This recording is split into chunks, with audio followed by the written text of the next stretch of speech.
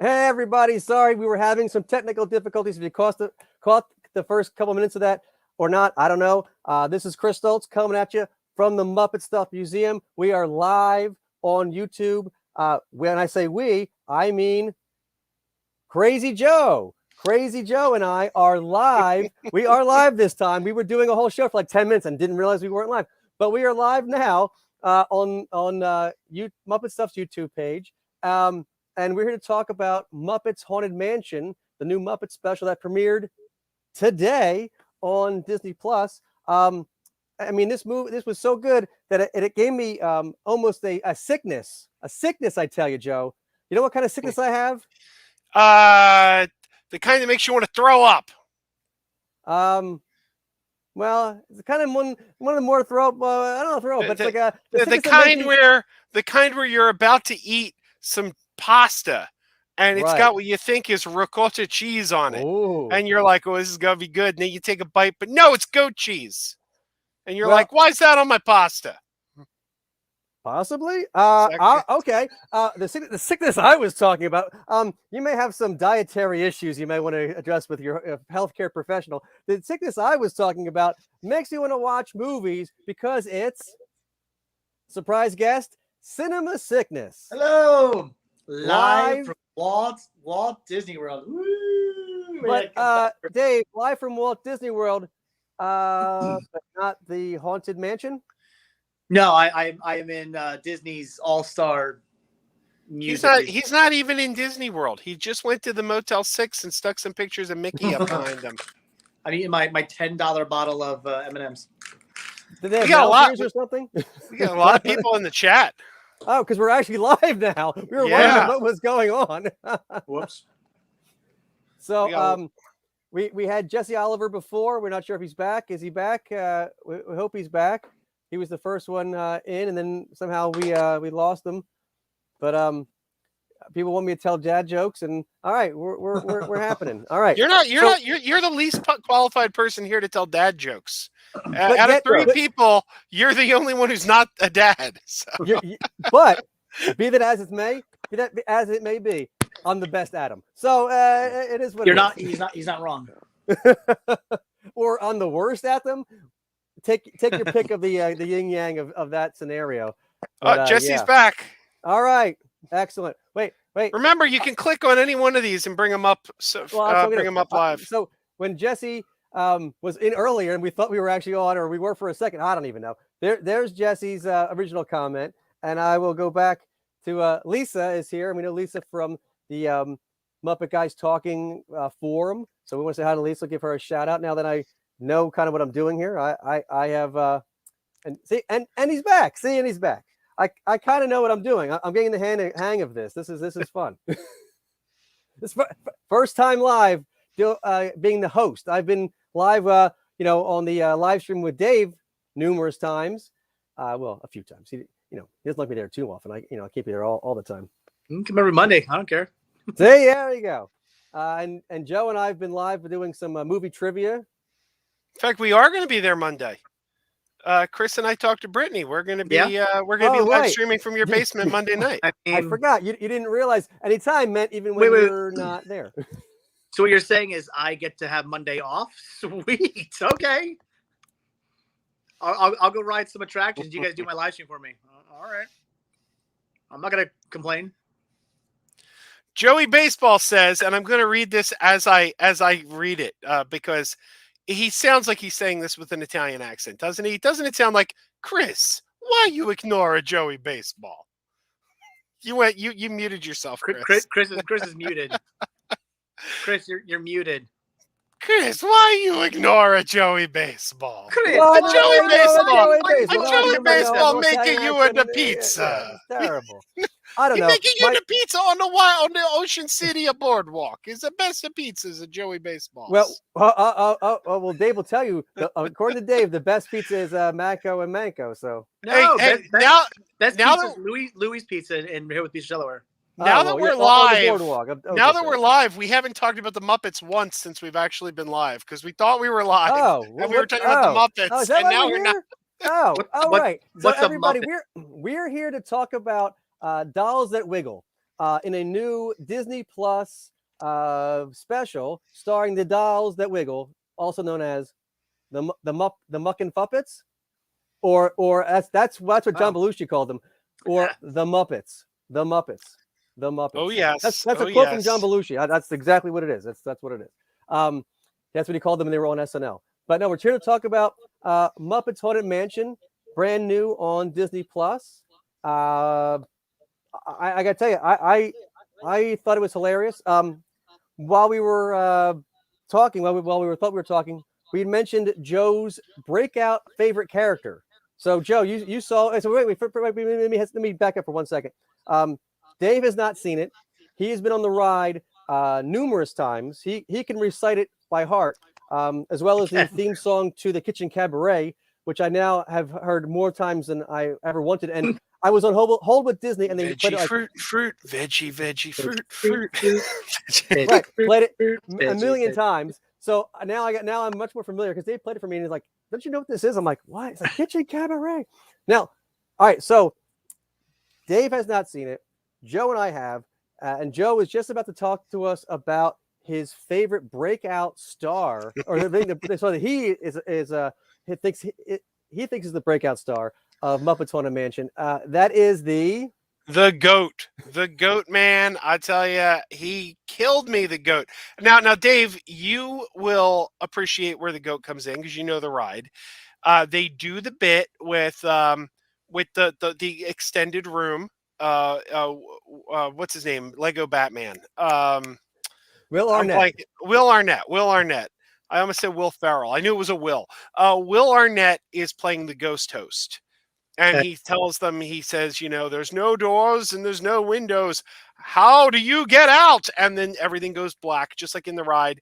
And you hear a scream. And the lights come back on and there's a goat behind them going,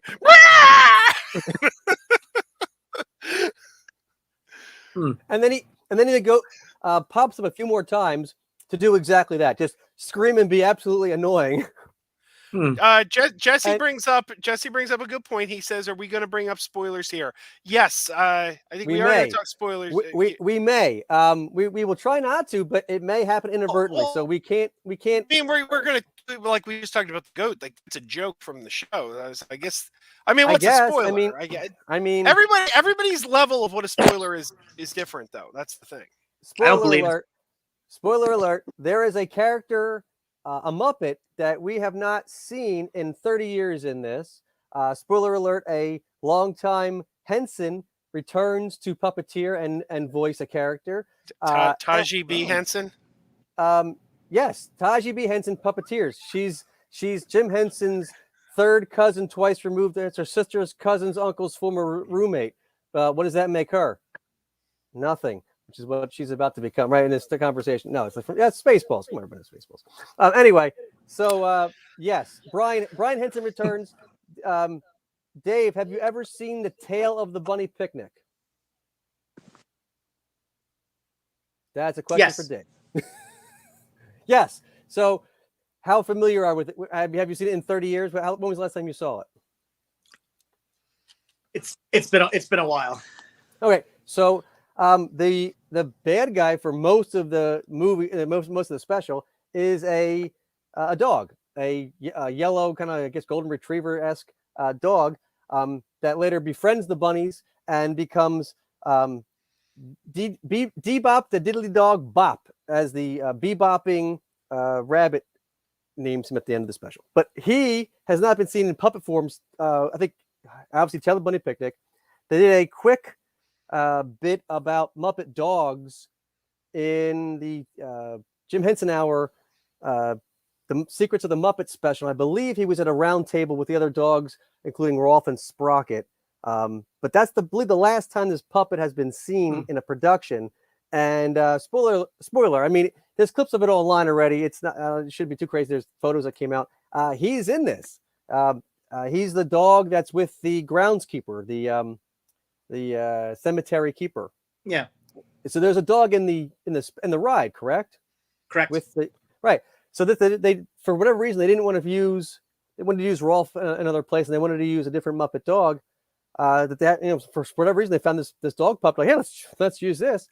So that was a really great thing. And you know what? I'm going to go out and say we probably are going to talk some spoilers for sure, because the Easter eggs in this movie, in the special, I don't like when people call movie specials. I have a weird thing with that. This special is the amount of Easter eggs for longtime both Muppet fans and Haunted Mansion fans. So, Dave, we're going to watch it together, and I have a feeling we're going to go like this. Like, oh, look at that. That's this person. Look at this thing. Because there are just so many cool Muppet things. And the more Muppets you know, the more you can spot them in the decor around the place. Joe, I have a question for you. Yes. A question for Joe. What was your favorite of those kind of Easter eggs? Well, I don't know. I don't know what we're considering an Easter egg and what we're not considering an Easter egg, but I mean, this was, right in the trailer. I was extremely excited to see Johnny Fiamma back. Yes. Yes. I wouldn't consider that an Easter egg. I'm gonna bring up one of my favorite Easter eggs, because Jesse Oliver, mind meld, my friend, mind meld. Jesse Oliver just said it in the chat. So I'm gonna bring it up here. Easter egg, you can see Dog Lion's face on the doors in the Haunted Mansion. That's exactly what I was gonna say. Every time they open a door, there's Dog Lion's face like molded into the fake wood. Who's By Dog the Lion? way, Jesse Dave, Oliver, you wanna bring him up? please check your Facebook instant messages. Yes, Jesse, we are. You went silent again, Chris.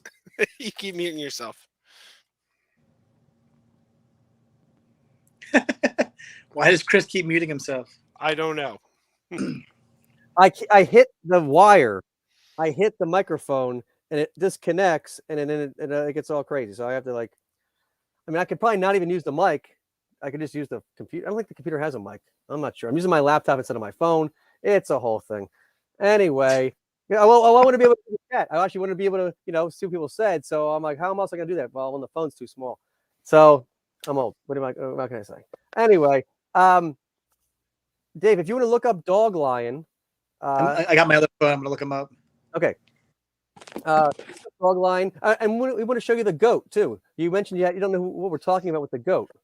Well, I mean, I'll get a picture on my computer, but it's across the room, so I'm going to try to pull up my phone now. All right, look up that. I will see if I can get a picture here of the goat, of the Muppets Haunted Mansion goat. It's not who you think it is. I'll tell you that, because who you thought you showed me a picture as we were about to go on, and that is a different Muppet. Is that him or no?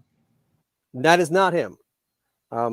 The Muppet you showed me was Clueless Morgan, right? Was a picture of Clueless Morgan from Muppet Treasure Island. This is a brand new Muppet goat, and that's, I guess it is a goat. I guess Clueless Morgan is kind of a goat, but this is a different goat.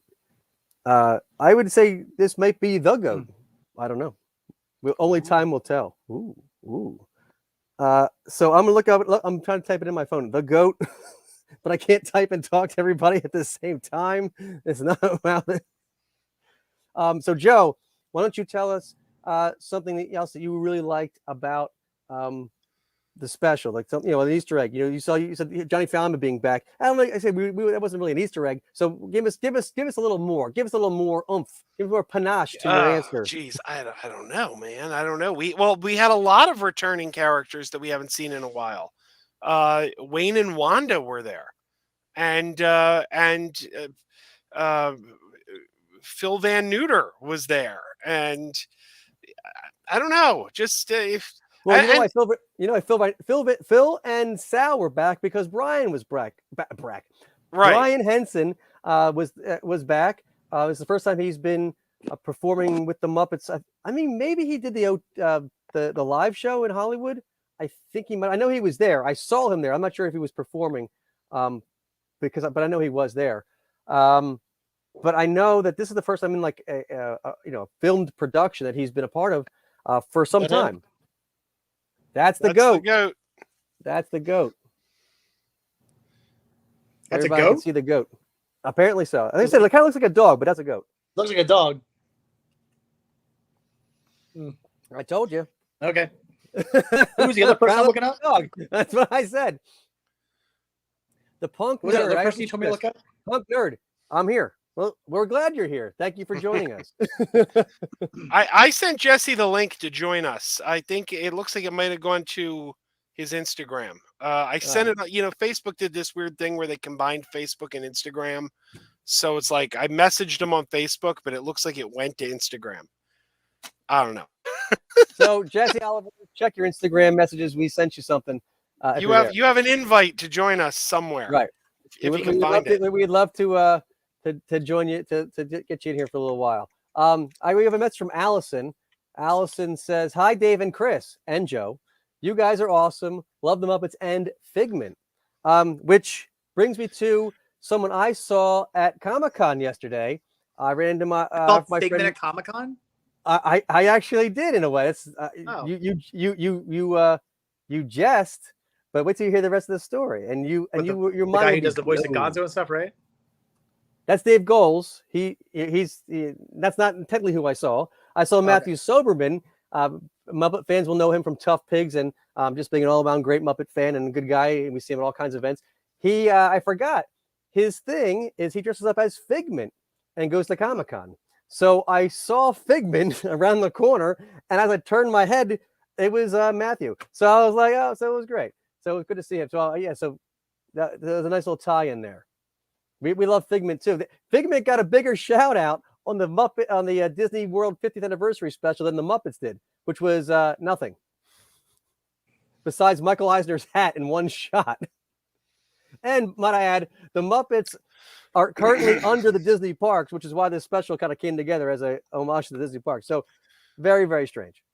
Very strange. Well, I mean, that begs a question, though. Do you think that's going to change? Because, I guess performance is everything. How does this do? What kind of numbers does this get on Disney Plus? But I imagine if it's ever more than The Mandalorian, more than Baby Yoda's YouTube, Instagram feed, more than anything, and they're just going to obliterate the Haunted Mansion and make it Muppets Haunted Mansion. It'll be over. What's Baby Yoda? It's Grogu spelled backwards. It spells Baby Yoda. Grogu, get it right. Don't say it at all. Baby Yoda's his real name. that on his driver's license, he is 50 years old, so I'm sure he has a driver's license. It says Grogu, aka Yoda the baby. He's got a gold chain and everything in it. That's how he says it. Oh yes. All right, so Dave, you're at Disney World. You said you just recently saw Muppet Vision 3D, but didn't see the pre-show. How many times I only saw catch the last 30 seconds of it, and then it was over. So did you see the bunny? The what? the bunny. I was trying to get you on that one. I know that's a little joke. The bunny. I did see what bunny? I got you. So you found the bunny. That's good. How's the Muppet? I call it the Muppet Stuff Store, but that's kind of my thing. They don't even call it. They call it the Stage One Company Store. I think it's closed, if I'm not mistaken. Really? Someone mentioned. I don't think it was open when I walked by. Are they rehabilitating it, rehabbing it? Are they changing it? Are they getting rid of the Muppets inside? Do you have any idea what they're doing in there? Can you look in? They probably just have to close because like so much crap down here is still closed. What do you mean? Why is so much stuff closed? Because it's Bob Paycheck doesn't want to pay anybody or make any money. Oh. Yeah. So the least performing stores, the least performing whatever, are just closed because they don't have the staff and they don't have they don't want to gear up. Is that what you're saying? Pretty much, yeah. Oh, so it's not a hatred of the Muppets. It's just that it's an underperforming store. And I'll tell you why. I know exactly why it's an underperforming store. It's not because there's a bunch of junk instead of Muppets inside there. Well, that's partially part of it. But we've talked about this, but we've not talked about it in public, I don't think, in this kind of forum. So we'll put it out there. Do you know why? I can tell you, 99, maybe even 99.9% of every Disney attraction ends the same way, except Muppet Vision 3D. And can you tell me what that is? Oh, yeah, ends in a gift shop. Yeah. Right. All the other rides and attractions. Well, not all of them, but many. I mean, obviously not Indiana Jones. A couple of the live shows, but like the rides, 95% of the rides like Slinky Dog, stuff. There are a bunch that don't, but I'd say at least 75% do. Right. The big ones, the ones that are going to make some money. So, if anybody from the Muppet Studios and Disney hears this, really simple idea here. Just take the off ramp when you leave Muppet Vision and take that ramp and just shove it right against the wall. Just take it and continue it all the way across. Don't make it an open way. Just it goes right into the building, and then you have to exit through the gift shop, like everything else in Disney World. They should just fire Bob Paycheck and put you and me in charge. I mean, he can still be our boss. Just have us be in charge. No. You could be in charge of Figment. I'll be in charge of the Muppets. We don't want him anywhere near Disney. Sean is giving us dad jokes. So Sean is asking, what did the ocean say to the beach? Nothing. It just waved. Oh, that's terrible. But good enough for us, as the Muppets would always say. So that's why we had to show that one on the screen. So getting back to Muppets Haunted Mansion. So my question to Dave was, he went there, he saw the state of the gift shop, which is terrible. So he heard my ideas how to fix that. How many times have you ridden or rode Muppet Haunted Mansion, the regular Haunted Mansion ride since you've been down there? You've been there for like a week or two. Oh God. I mean, 3 just for the Boo Bash alone, but since probably been on like 10 times already. In a week and a half. Yeah. 2 weeks or whatever it's been. So but it hasn't been 2 weeks yet. It's been a little over a week. Right. Yeah. So you're very familiar with the ride. So when you, of course, after we're done with this, you're going to now watch Muppets Haunted Mansion and be like, oh, now I understand what's happening in the conversation I was just a part of.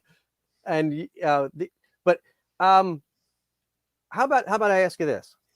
Is there anything in the Haunted Mansion ride that you would be particularly interested in how the Muppets would do? And do you think the Muppets will do, since you haven't seen it yet, do you think the Muppets will do the ride justice? What's your pre-thoughts? I would like to think so. But anything specific I want to see? I don't know if there's anything like specific. I'm trying to think of like one like weird thing maybe that they would show. I don't know. If we're talking Disneyland, maybe the bullet hole. The bullet hole. Where is that? How does that factor in Disneyland, not Disney World, in the Haunted Mansion. I don't know if you know how the whole Pepper's Ghost thing works in the ballroom. Anyway, there's a giant when you're looking down at the ballroom, or not the ballroom, but the room. Well, I guess it's kind of ballroom where everybody's dancing. The dining room where they dance. The dining room, yeah. There's actually a big plane of glass there.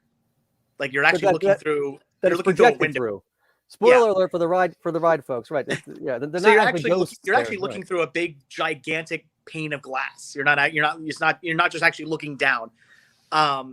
But apparently when they right around when they first opened, apparently somebody took a pellet gun in there and shot and put a hole into the glass and really cracked it. But supposedly in order to actually take that gigantic pane of glass out of there, they literally have to take the roof off the whole attraction, and it's a huge thing. It's one just gigantic pane of glass. So what they did was they actually painted it to look like a spider web, up in the corner. So yeah, if you ever ride in the Disneyland Haunted Mansion, look for the spider web. It's actually from a bullet hole. So good thing no one was dumb enough to bring a pellet gun into Disney World, or maybe they've stopped that with the security measures or whatever out front. I think security was a lot more relaxed back in the day. Nowadays, you'd go to jail trying to bring a pellet gun into the Magic Kingdom. Right. Yeah. I'm surprised it didn't bounce off. I mean, maybe there's a bullet lodge somewhere, right, in the attraction. I don't know, maybe. Or it bounced off and just broke the. Interesting. So I can tell you, as far as I know, the bullet did not make it. The Muppets did not do an homage to the bullet hole, as far as I know. I don't know. And Chris, if you look down at the bottom of the screen, yes. I've got a picture of Dog Lion up there. Okay, here we go. So this is Dog Lion. Dog Lion makes a few cameo appearances How do? It's coming up. Here he comes somewhere. It's black. That guy. Yes. Can we zoom in, Joe? Can we zoom in on him? Not really. If you do Control Plus, right? It's on your browser, right? You can just do Control Plus, and it'll just zoom in your whole browser. Oh, there you go. Yeah. Look at that. Zoom in on the guy. Yeah. Oh, that's too much. Too much dog line. Too much dog line. Extreme close up.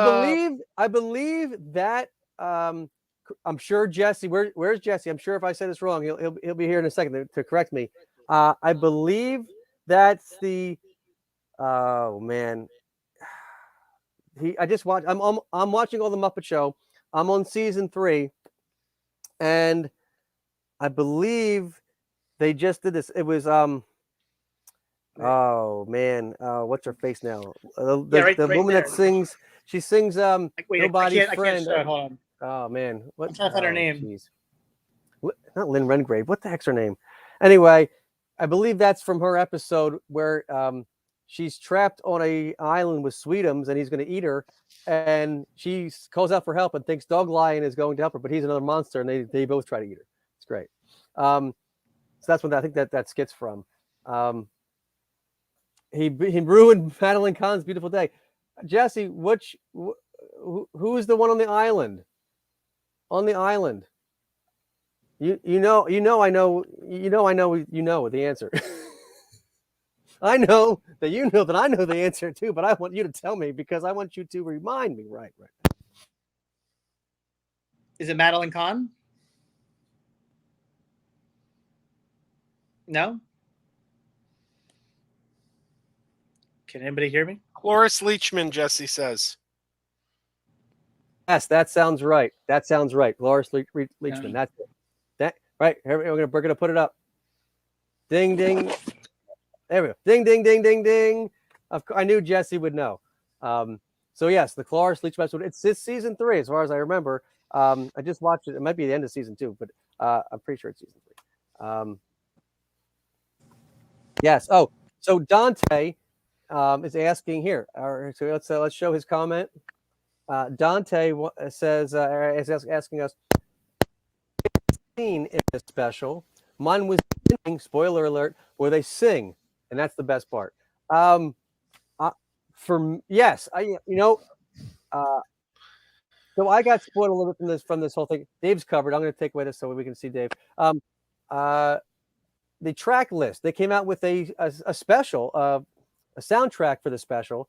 It's on Apple Music and I guess wherever streaming and music is sold these days. Not on physical media, unfortunately, but it is only like 4 songs.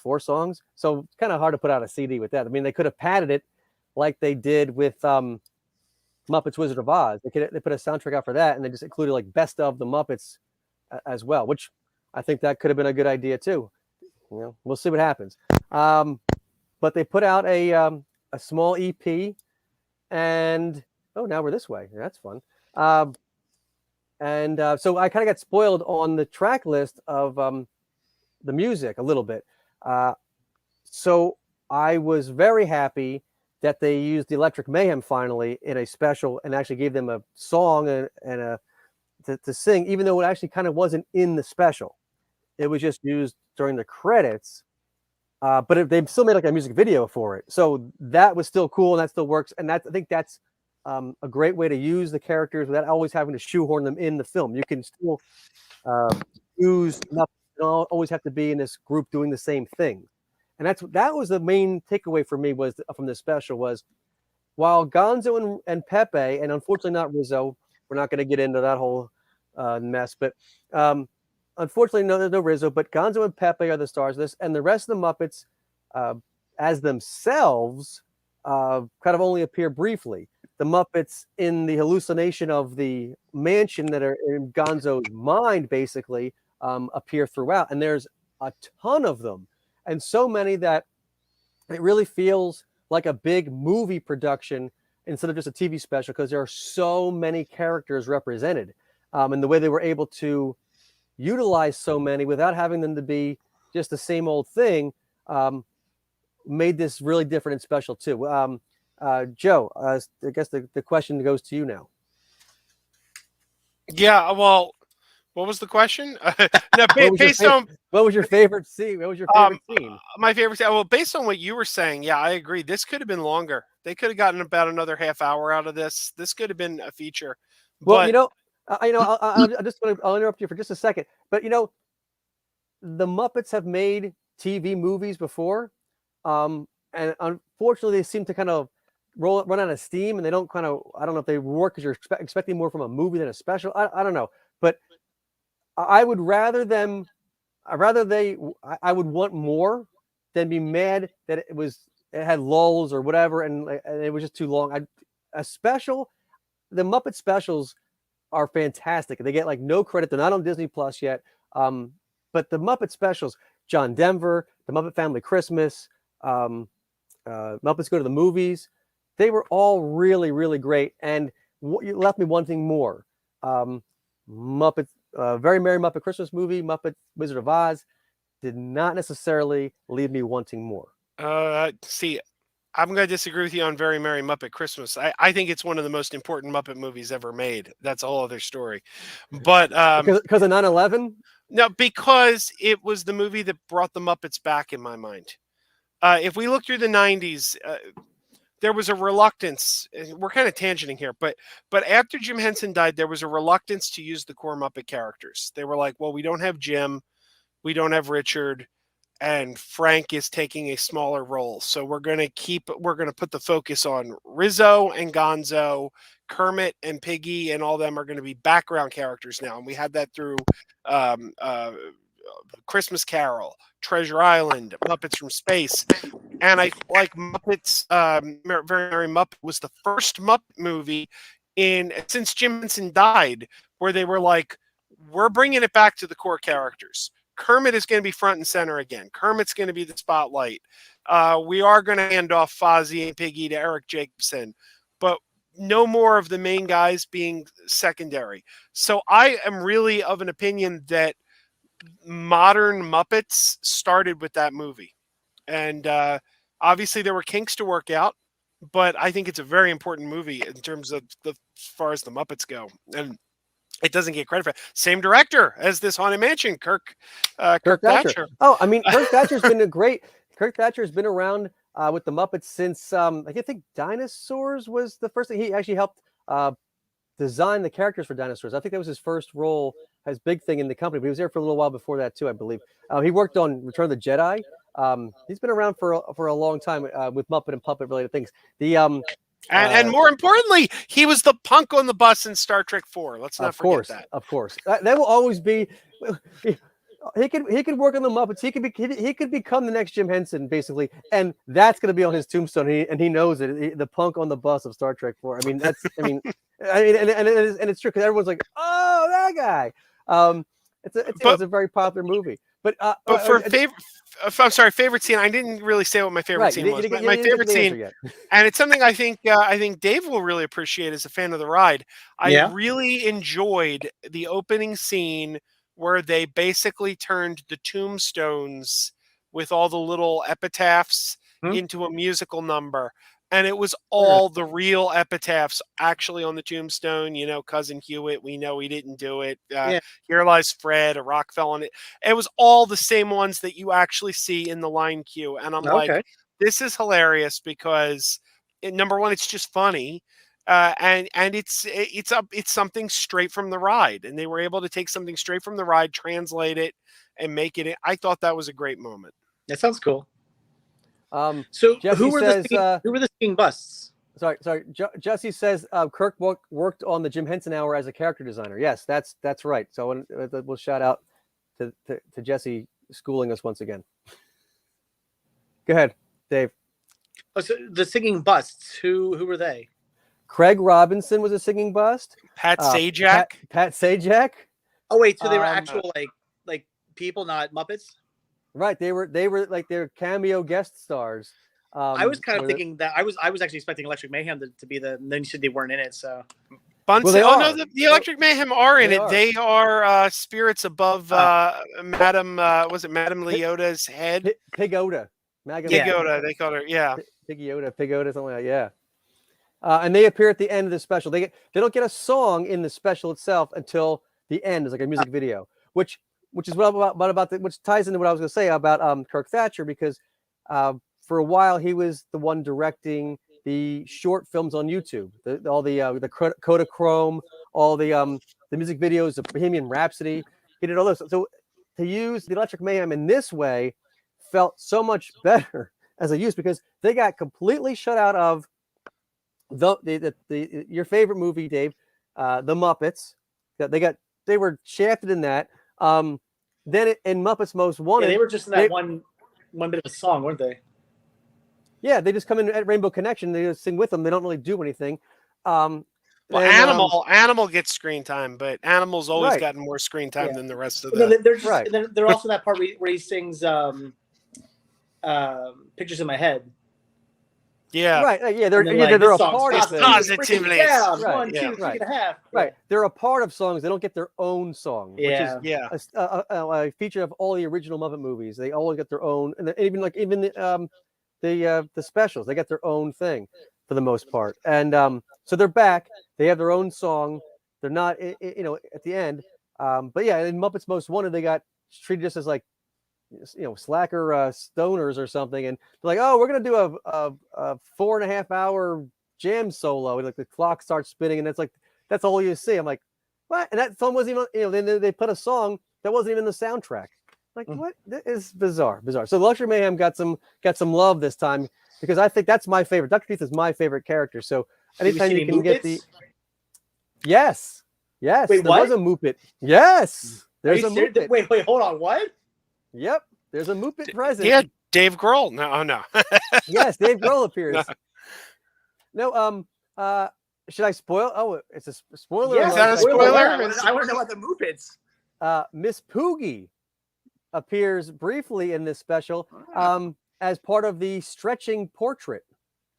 Really? So it's Janice, and she's the one on the tightrope with the alligator. Tightrope walker, yeah. Yep. Then there's the three people standing on something on top of each other. On top of each other, yeah. Yeah. So it's Link Hogthrob. Quicksand. Yes, Link Hogthrob, Dr. Strangepork, and they're sitting on Miss Poogie's shoulders. Really interesting. Nice. And Crazy Harry is the last one. Is the Dynamite Man? Whatever. I don't know what he stretches out. There's a bunch of dynamite. Yes, and they were all. You didn't see Link. Any of those pigs. Again, they weren't seen as ghosts, but Janice and Crazy Harry were seen again. Huh. Interesting. Oh, yes. And Chris is mute again.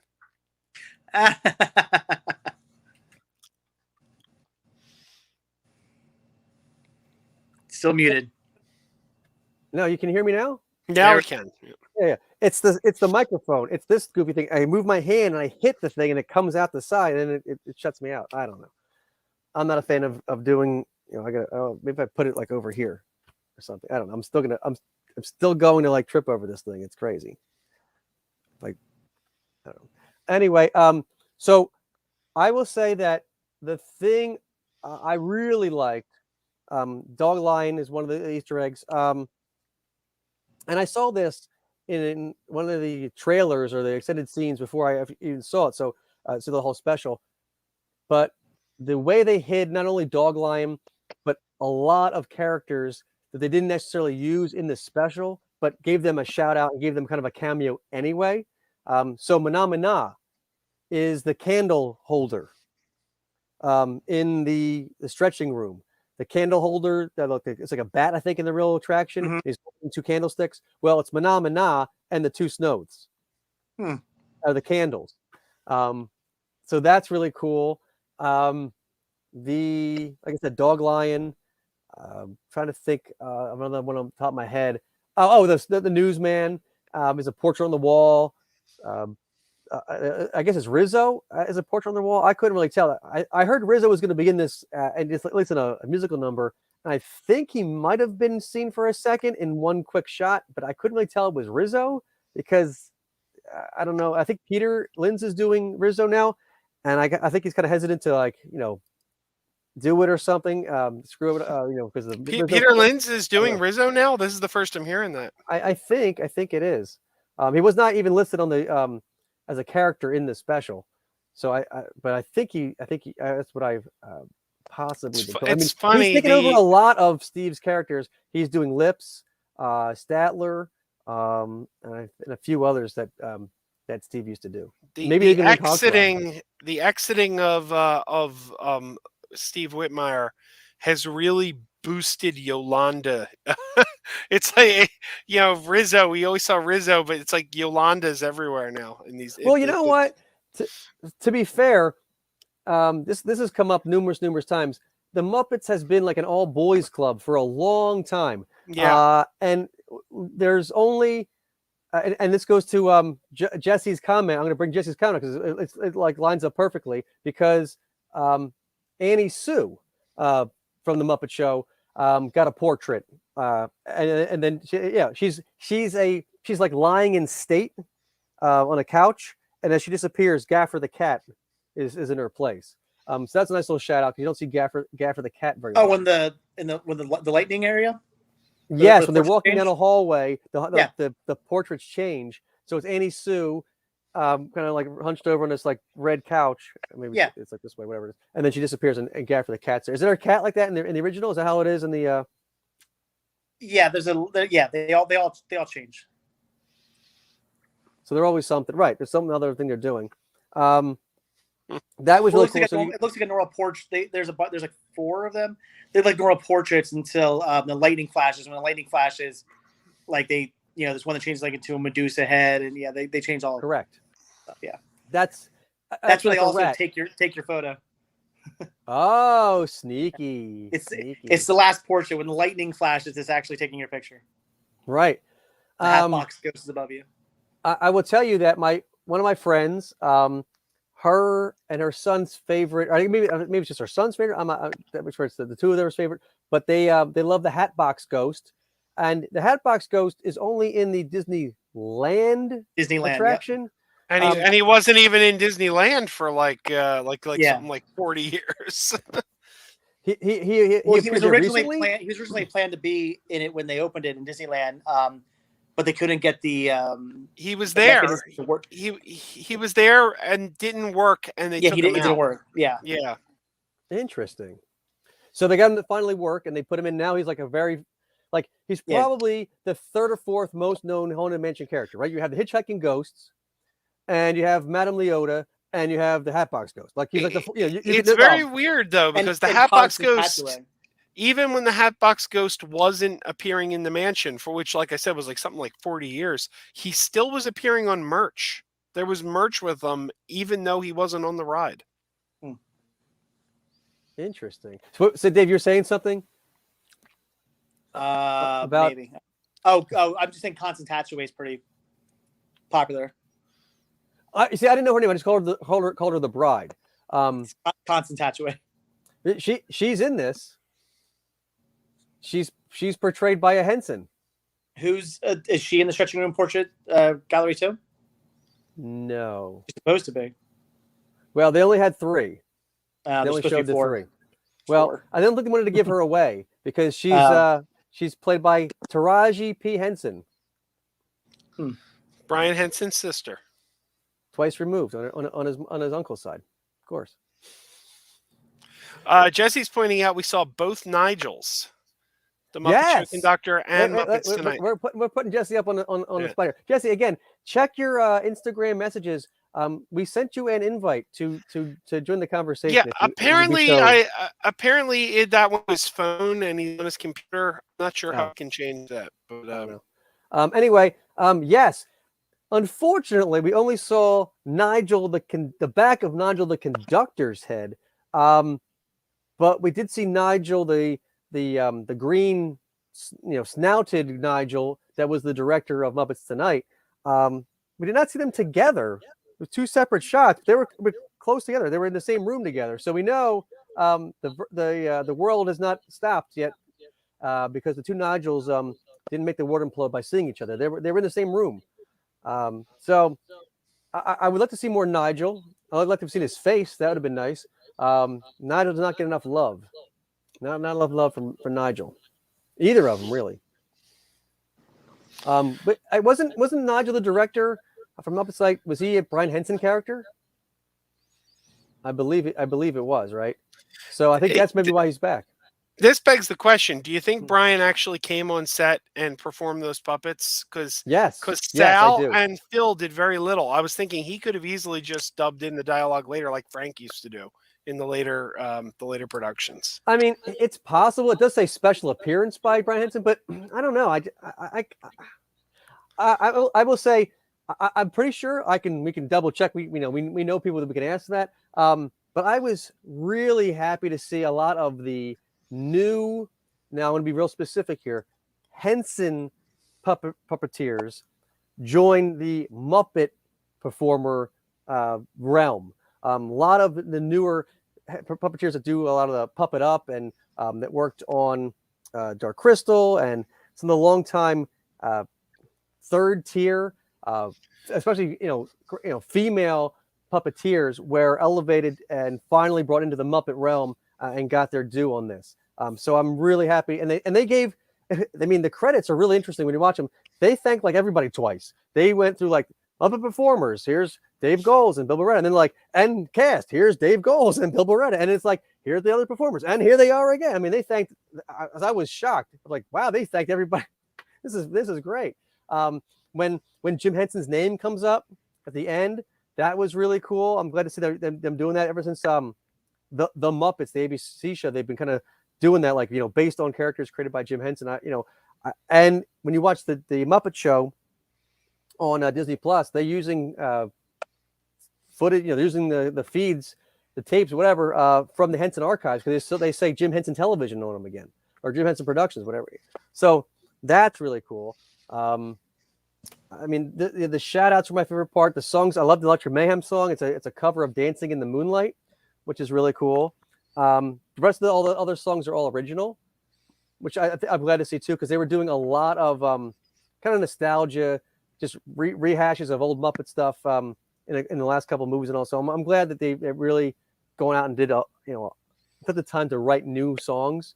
I really liked the Life Hereafter, kind of sung by Kermit and the rest of the Muppets. I thought that was really cool and well done.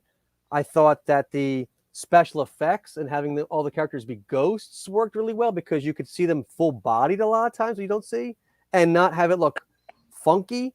Because I will spoil something towards the end. You see Gonzo as a full body puppet in a couple of shots. He looks kind of wonky, but them being ghosts and being able to kind of like move funkily, around, kind of like not quite right, added to it and made it look more natural as ghosts.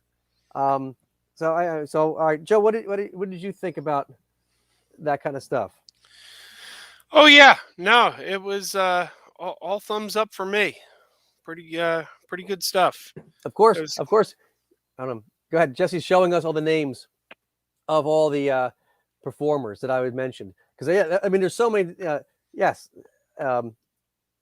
that's and Alice Dinian as well. You forgot Alice Dinian, Jesse. I'm mad at you now. No, I'm just kidding. I'm it's funny. I'm obviously familiar with her work, but I didn't know what she looked like. And I told you this before, Chris. I didn't know what Alice Dinian looked like, and okay. I met her at Dragon Con a couple of years ago, and she was with Peter Linz. And I stopped Peter Linz because I knew what he looked like, and I'm like, "Oh my God, Peter Linz!" And I'm so happy to meet you. And like, I'm talking to him for a couple minutes, and he goes, "Oh, by the way, this is Alice Dinian," and I'm like, "Ah!" I didn't know what she looked like, so I got a picture of both of them. But it was just funny because I'm sitting there geeking out over Peter Linz, and Alice was with him, and I just didn't know what she looked like. So, Dave, and we know you haven't seen this, so we can't ask you too much about the special. Look at pictures and stuff of it now.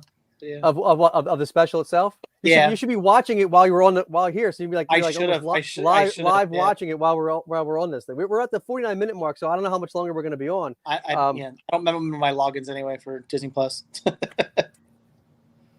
say you just write in, I'm DST or whatever. I'm Disney Vacation DVC. That's all your password is. I'm DVC. Don't you know who I am? I'm Cinema Sickness. Damn it! Don't you know who I am? Brent Mania has asked a couple times if Frank Oz is still involved with the Muppets. Frank has not been involved with the Muppets for quite a while. Here are some more of the names of the other Muppet performers that got to do this. Now Bruce and Julianne and Alice, they have worked on previous Muppet specials, and so did Alan Troutman on your last comment. But some of the newer folks, this is their first Muppet production, and they've worked on Henson Productions, but this is their first Muppet production for Disney. So we want to give them a shout out because that's always really cool. I know Mike Quinn, who typically works with the Muppets, is in England, and they're having a lot of lockdowns there in terms of travel restrictions and stuff. So he wasn't able to come back to work on this. So I did hear that from him, but so that's a shame. But at the same time, I'm so happy to see some of these other performers getting a shot because to launch their careers as well. So that's really cool. You can't fault that. Sean has been patiently asking about the Christmas toy. I'm not sure what you want me to talk about the Christmas toy. I like the Christmas toy. The Christmas toy, Pixar became a big hit with Toy Story, but no one likes to mention that they totally ripped off the story of a Christmas toy. I mean, the story of correct me if I'm wrong, everybody. The story of the Christmas toy is a conceited toy named Rugby, a tiger. He's a stuffed plush tiger. Thinks he's God's gift and that he'll never get replaced. And then the following Christmas goes by, and a robot this is a princess warlord gets gifted to the kid, and they think she's going to take over and she's thinking whatever, but and that's kind of the end. It's more about Rugby's plight of thinking he's going to get replaced, and then he tries to steal and sneak his way into the box and then screw up Christmas. So it's a little bit different, but the basic parameters are what made Toy Story so good, and Pixar kind of just took that. But whatever. So Christmas toy is great. I would love to see a Rugby tiger plush one day. I doubt that'll ever happen. I mean, I guess Henson could license it to like some, like this is a great fan that kind of works for the Henson Company too, and she makes really great plush replicas. Emily, I've talked about her on my blog, on the Muppet Stuff blog. She makes great Muppet plush replicas. Maybe you could someone could commission her to make a Rugby Rugby plush tiger. That'd be awesome. That would be awesome. But the other ones she's made are great. So that's all I can say about Christmas toy. I hope they put it out on Disney Plus. I guess it wouldn't be Disney Plus, it's Henson. So I guess I hope they put it on Amazon Prime and include Kermit again. I think it was out for a while. Joe, your thoughts on the Christmas toy? It's been a long time since I've seen it. It's good. It's not my favorite Muppet Christmas production because there are a lot of Muppet Christmas productions. Sean wants to know, will we ever get a Muppet Christmas Carol 2? Because there's not already enough Muppet Christmas stuff. We have to have Muppet Christmas Carol 2. The return of Scrooge's return. Electric Boogaloo. Everything. Dave and I have talked about this before. Anything that's a sequel that has the word 2 in it, there should be a law. There should be a law that if you're going to name your movie or whatever 2, you have to include Electric Boogaloo. That should be a law.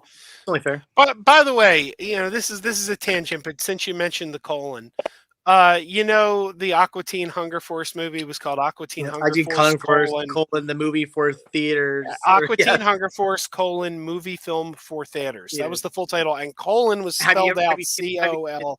I didn't quite understand why they did that. I don't know. I mean, I like that show, but I don't quite know why they did it. They just announced several months ago that there's going to be a new Aqua Teen Hunger Force movie made for HBO Max, and I'm seriously hoping that the title is Aqua Teen Hunger Force movie film for streaming.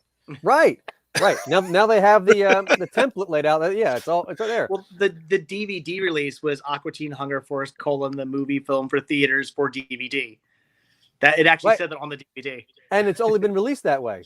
It's never been released anywhere else. Never got a do Blu-ray you release. do you guys remember when it aired on television? The first time it aired on television? Was it on Comedy tiny Central down or in the something? corner. It aired on Oh, that's Adult right. Swim That's right. on Adult Swim, April 1st. Very tiny in the corner, like so tiny you couldn't It tell what was was like happening. this, right? Yeah, And then- they said we're gonna it was 1 week before the movie opened in theaters. They said we're gonna play it on television in its entirety, and it was April 1st. And they started off nice and big, filled your screen, and then it went whoop.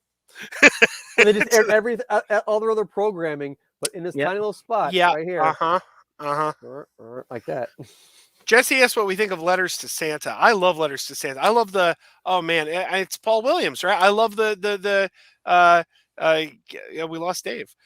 The We'll get him postal back soon. service, the postal service song. Give it up for the postal service, and it's Joe from The Flash singing the song.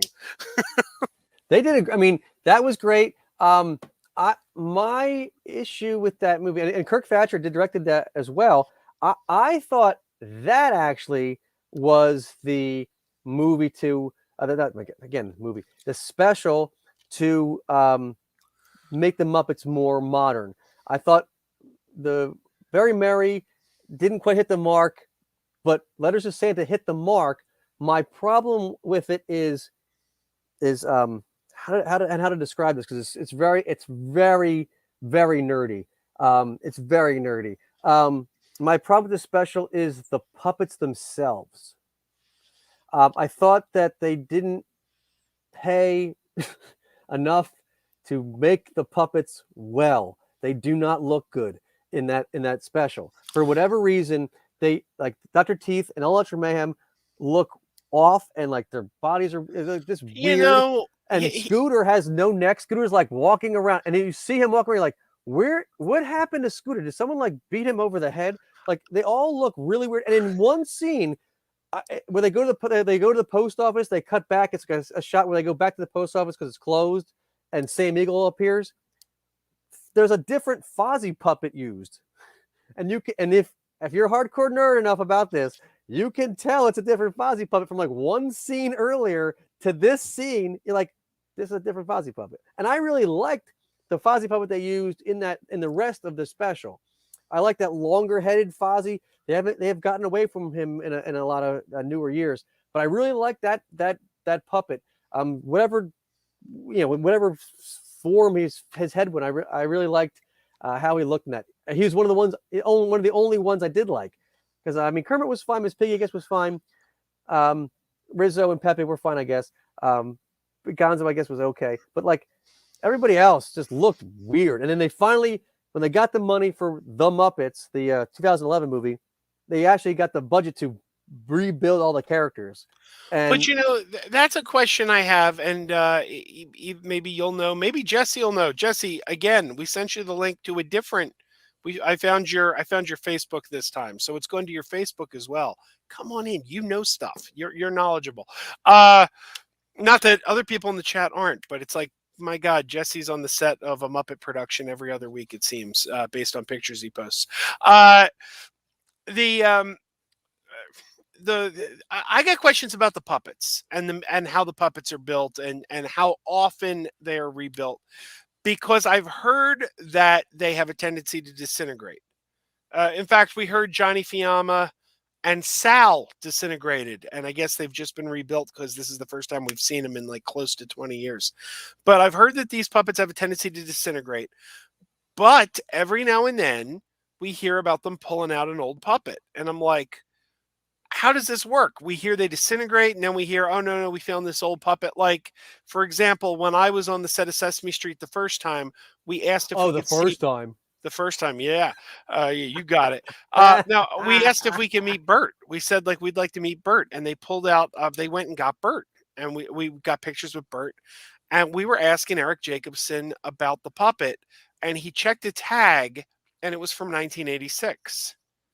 So the puppet he brought out was made in 1986, and he could tell because the tag told him so. And I'm like, so how come a Johnny Fiamma puppet that couldn't be older than 1996, because that's when that character debuted, right? How come that is disintegrating, but they could pull a Bert out from the 80s? That sounds like a euphemism for something. How can they pull a bird out? I don't know. Yeah, I mean, maybe it got lost in the sale and the shuffle. Some things get misplaced. I don't know. I mean, they used to use those characters for the Jerry Lewis telethon. Like once a year, they'd bring them out for like the middle of the night. They'd show up at the Jerry Lewis telethon and wreak havoc for an hour or whatever. So I don't know. I mean, maybe it just got they just got misplaced. I was glad to see him back. And that's really one of the things. Like I said, I really liked the amount of Muppets used. They got the Muppet Monsters to be utilized. They got Dr. Phil Van Neuter, but not really the little Muppet monsters. Now those probably are either in a museum or disintegrated. But yeah, that'd be really cool if they had like Tug hiding in the back there. By the way, they shot 13 episodes of that and aired like 2. Well, that's not quite true. Well, it's the animation. Like they did the puppet scenes, right? They didn't have the animation finished, I believe. Right. Dave's back. We'll talk to him. We'll bring him in and we'll ask him. So we're talking about there was an emergency phone call that came through and I had to take it. That's all right. That's all right. We're talking Muppets. I mean, why would anything be more important than that? But okay, okay. So we were talking about Little Muppet Monsters and how they're not in this special, but that they shot the live action parts of that show they for 13 episodes, but it was a show that also had animated segments produced by Marvel, like because Muppet Babies was made by Marvel, and they shot the live action sequences, but they didn't have enough time to get the animated sequences done. I mean, I would have thought that a production of that magnitude would have been thought out a little bit better, and they would have had all the episodes completed, and then they would air. That's what I would think. Call me crazy, but apparently they went on the air only having 2.5 episodes ready, and they were asking Marvel to have the animation done for week 3. And like that's not how so they couldn't do it. And Marvel's like, we can't do this. And Jim Henson was like, well, we're pushing these out so fast that the quality of the puppets is great because we're the Henson company, and the animation you're doing is third rate because we're doing it in a week. So we're gonna just cancel this whole thing and be done with this, which I thought was noble on his part. But it seems like if you waited and just did the whole, just stopped and like finished it, and then you could release when it was done. But still, I would love to see those finished Muppet segments that we never got to see. Right. And if Disney Plus could find some way to like take for example the 2 episodes of the Muppet Show that can't be aired on Disney Plus. The Chris Langham episode because of Chris Langham's right indecent behavior and his law exactly is with the law, and unfortunately Brooke Shields, not because of any law issues but legal issues regarding music rights. Right, but there's got to be a way that they can take the segments that they can show, the segments that don't involve him specifically, segments that don't have music of the Brooke Shields episode, and maybe put like an episode up on Disney Plus that says like Muppets the Lost Clips or Muppets Best of the something where it's just clips of here's what we get, because then we understand there's legal reasons why you can't put but same thing with Little Muppet Monsters, like this is incomplete, but here we've packaged what we have and now you can view it. Well, let me just say this. We have a better chance of actually getting completed Muppet specials on Disney Plus than we have of that. And there are no Muppet specials on there at all. In fact, I thought for sure with the release of this special that we were going to get the Muppet Collection back on Disney Plus. They don't even have that. There's a Star Wars collection. There's a Marvel thing. I mean, those things are on the big banner as well. But you go into the search, you can watch this. There's like Star Wars, there's princesses, there's this thing. And there used to be on launch, there was a Muppets Collection where Muppet Babies Show and Tell, the Muppet movies that they had were on there. Now the Muppet Show has been added, and it took the Muppet Collection away. It's very strange. It's just very strange. Ethan says they still show the Cosby Show. I can't imagine what that Langham guy did. I won't say what that Langham guy did, Ethan, but it does start with the word child, and it does end with an ography. Elia. Anyway, Child we have a Qatar- special guest. We have a special guest, everybody. Oh, We have Mr. Jesse Oliver is actually here. Not just in the oh, chat. look He's at this. here, and I just hit my button again. Look so at I'm gonna get this. jacked up. We Hey, only had guys. we only had to Very- harass very him for good, an guys. hour. We only harassed him for an hour. At I the tried to get 104 here mark, as soon as I Jesse could. Oliver but shows up. I didn't and now- realize you guys were going to invite me. I just came in just to listen to you guys talk about this new project. Always be ready, Jesse. Always be ready. I love your shirt. I love the Animaniac shirt. That's awesome. Good. Heck, Well, that Look at that. Yes, but just for the record, and not to upset any fans, I'm not a fan of Animaniacs, but I do like the Good Feathers. They're my only favorite of that show. I'm sorry. Just because I'm a Robert De Niro and Joe Pesci fan. I There we think, go. if I'm not mistaken, I think Dave and I have the same favorite segment of that show. Am I right, Dave? Is it Chicken Boo? They seem like the more adult Oh yes. characters in the show. All the other characters, they kind of act like Where's this guy Crazy look like human kids guys, buddy? Not that a man. have had too much, I don't know, sugar in their cereal or something. But the Good Feathers, they're adult characters, you know? But the other characters, you know. I know we're off topic, but I will tell you my favorite characters from Animaniacs and my favorite skit of almost comedy of almost all time comes Yeah. from Animaniacs. And it's Slappy the Squirrel and her nephew when they go to Woodstock. That has got to be one of the most well-written comedy bits I have ever heard in my life. To this day, if I put that on, someone that knows nothing about Animaniacs, knows nothing about who those two characters are, can instantly get it and find the insane humor because the way they were able to tie in all the Or no, puns. there's something about Abbott and Costello. Well, I'm just going to say we all have our own opinions. That's my favorite. Wow. I am picky with cartoons. As We a know, we cartoonist and animator, I am picky with what cartoons, you know. I'm I have my sure. influences and my favorites, you know. We know you're Why a are we big talking Benny about Sticky cartoons? fan. We're here talking about the Muppets, right? All right. Stop talking about all the cartoons. We'll save that for another stream day. But Yeah. we're here. So, Jesse, Yeah. I'm going to assume since Yeah. you're here Yeah. that you have watched Muppets Haunted Mansion. I have. Oh, I well, have, thankfully, and I only wasn't 3 of sure us if have. we were going to bring up any specifics in what happened in it, if in case there are people here watching this that probably have not seen the special yet. Well, I'm hoping that they will stop watching us. I don't care if they watch us now or later. Watch the special, and then they can listen to us talk about it, and then they'll understand what we're talking about a little better.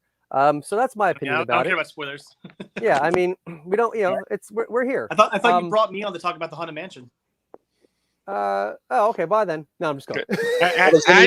And Does you've done anybody your here have a job. favorite scene? A favorite specific scene, if we're going to bring out spoilers here. Okay, so Jesse, yeah, what was your favorite part of the special?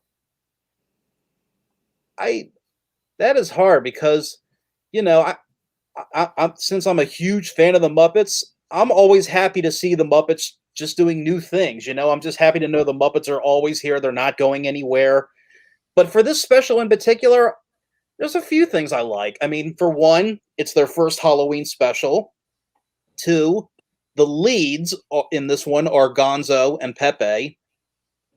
And the third is you can spot so many Muppets that appear in the special, you know? And sometimes you'll have to go back and push pause like, hey, wait a minute, did I just see so-and-so? Or, you know. I loved how they took the elements of the ride and morphed them into the Muppetized version. So, Dave, you were talking earlier about the ballroom scene. Yeah. And then the A characters little nod dancing. to At the Dance. So then they made that at the dance, the Muppet Show classic sketch at the dance. So the characters are Okay. dancing around doing bad puns and jokes. Right. And like, I almost, I mean, I was so, they didn't go full at the dance. They didn't go like an organ do do do do do do do do do do. Like they didn't have the organ music playing, which I thought would just been like just that little bit more. But it was really good.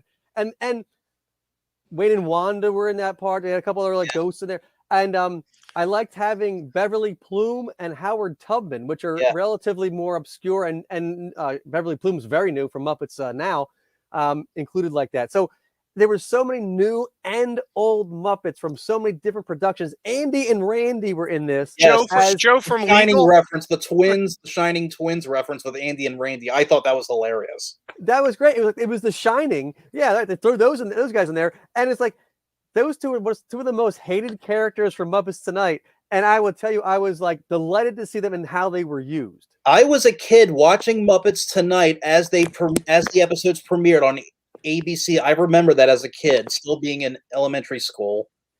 But for one, I loved Andy and Randy. I thought they were hilarious. My favorite thing about the Muppets Tonight series was the fact that they were creating brand new characters.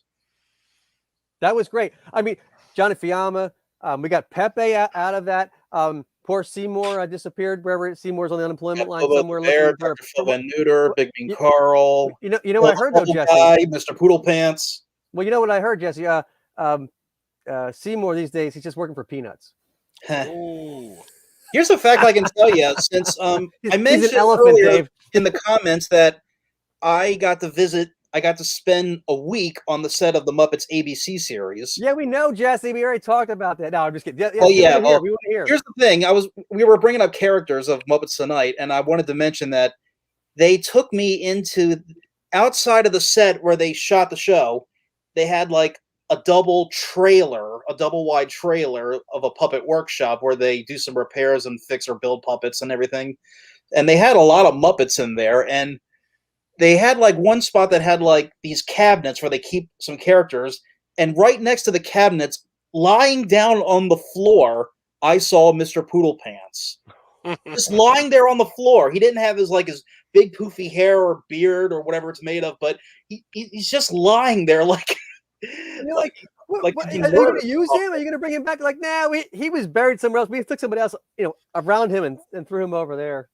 Well, that's like the couple of years ago when it was the week of the shutdown. It was days before the world shut down. Yeah. Dave Perillo and I were visiting the Sesame Street set, and we walked past the little Muppet cabinet that the Henson Company has, where they hang all the puppets, and it was open, and Roosevelt Franklin was sitting there, and I just went, "Oh my God, it's Roosevelt Franklin!" And like an old one or the one they used in like the 50th anniversary special? Well, that's the weird thing. Nobody knew why he was there. Like the Muppet, the Henson people that worked at the puppeteers, everybody's like, "Huh, I wonder why Roosevelt Franklin's on set. We haven't used him in." Like none of them could figure out why he was there. So I got a little bold, and I asked Eric Jacobson. I'm like, can I get a picture with Roosevelt Franklin? He's hanging in the cabinet. And he was obliged. He got Roosevelt Franklin out, and a line formed of Sesame Street staff members who had never seen Roosevelt Franklin on set before. My God. And they all wanted a picture with him. I think I can top you on this one. I think I can top you on I want that. to show, for those of you that don't know, I was at here's a picture of Roosevelt Franklin. In this, they put out a Oscar the Grouch puppet years ago, and in the background, sneaking in the background, is Roosevelt Franklin is like kind of hanging out in the back of the packaging. I thought it was really, really cool. I mean, like they don't do like crazy homages like that anymore. That was just really, really neat. Anyways, Joey, you mentioned that because you saw Roosevelt Franklin, you asked to have a picture with him. I can kind of top this for you. Of course. All right. As again, I was in the little double wide trailer puppet shop right next to the set of when they were shooting the Muppets. They had these cabinets, and they had they had the labels of the characters that were in them. And in one of them, I saw the names Nigel and Droop. And he opens the door, and I'm asking, "Is it the conductor, Nigel, or the director, Nigel?" And he's like, "No, it's the director." And he opens it, and I don't know why I just said it. I just felt like this is you live only once moment. And I said, "Can I put on Droop?" And he's like, "Sure." And I'm like, so he gives me it was the original Droop that was built by Carolee Wilcox in the early 70s, the puppet that was first used as a frackle for the Great Santa Claus Switch, but then turned into the character Droop for the Valentine special. But they basically refurbished that puppet. But if if you look at that character, he looks like he doesn't have very much foam in him. So he's pretty. I'm sure he was pretty easy to refurbish. And it was cool. He was a great puppet to work. He was really flexible and it was fun. Basically, they used Droop as the kind of like the basis for the director Nigel. It's very much the same look. Yeah. Not the same character, obviously, but the same look. Right. They're both completely different puppets and different characters. Right. Droop is a depressed downer character. Nigel is this guy who's goes crazy and wild upset if nothing's going right on the show. But if something goes calm, he's like, okay, fine. Can somebody give me a latte or something? Well, I think that's the dichotomy. It's two characters that look like they could be brothers, maybe, or related. Right. But one is there's a depressed, kind of character, and the other one is hopped up on caffeine. Right. I wish Brian Henson would talk more about that character if he ever had the chance. Well, he's invited to come on here. If Brian Henson, if you're watching, we'll add you in. Somebody send the link to Brian Henson. That's right. That's right. Get his IG, and we'll send that to him. And speaking of Brian, it was great that he actually got to play Sal in this. I mean, Sal doesn't have much of a speaking role in this, but it's great that he was still there. Exactly.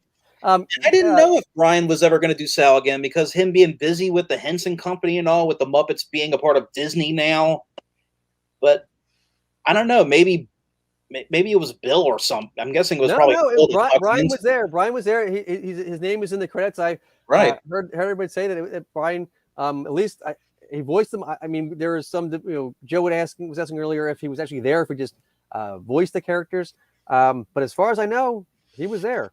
So that's cool. I would have liked to have heard Phil Van Neuter speak a little more, have a line, but just being there is cool. Mulch was there. I mean, that's kind of cool.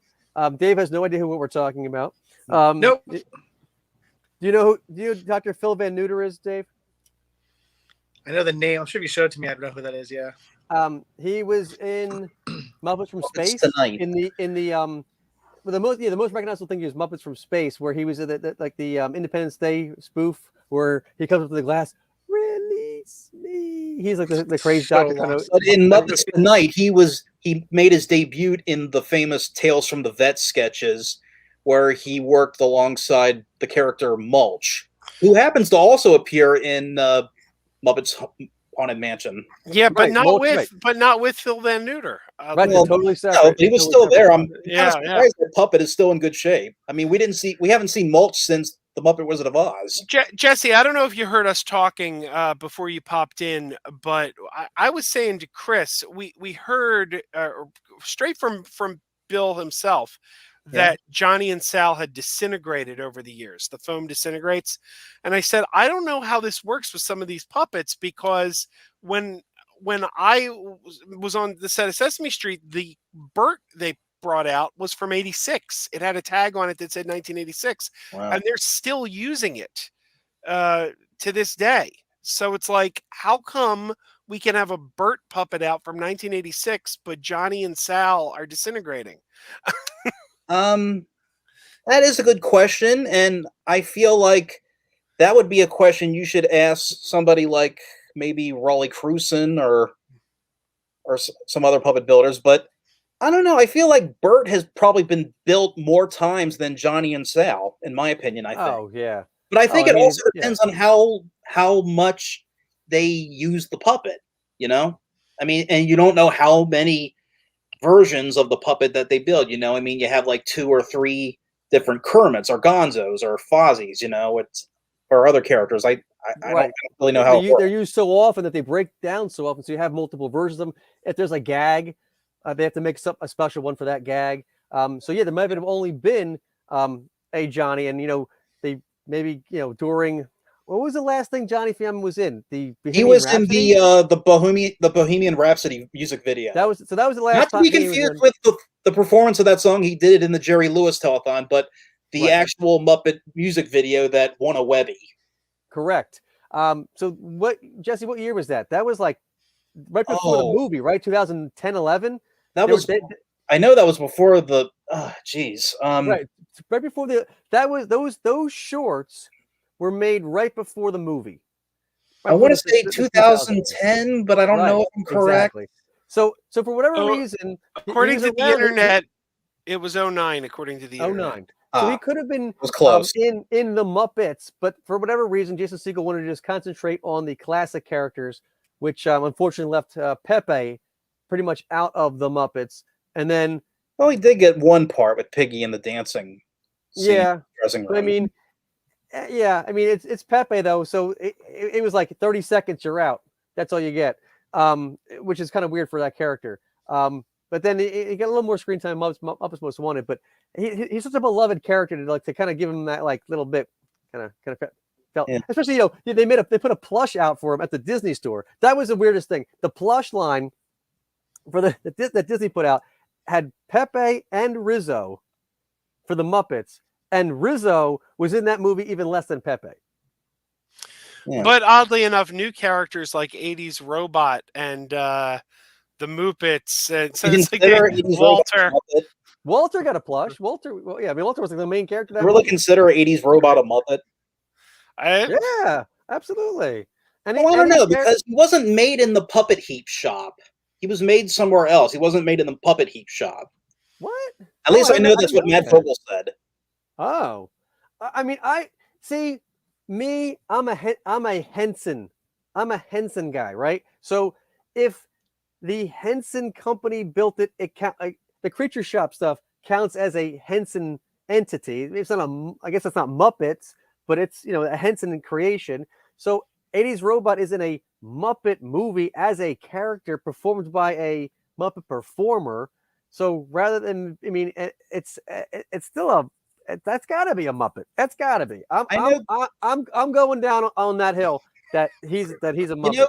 Craig Shemin told me that he tried to get 80s Robot into the Muppet character encyclopedia book that he did. Great book, by the way.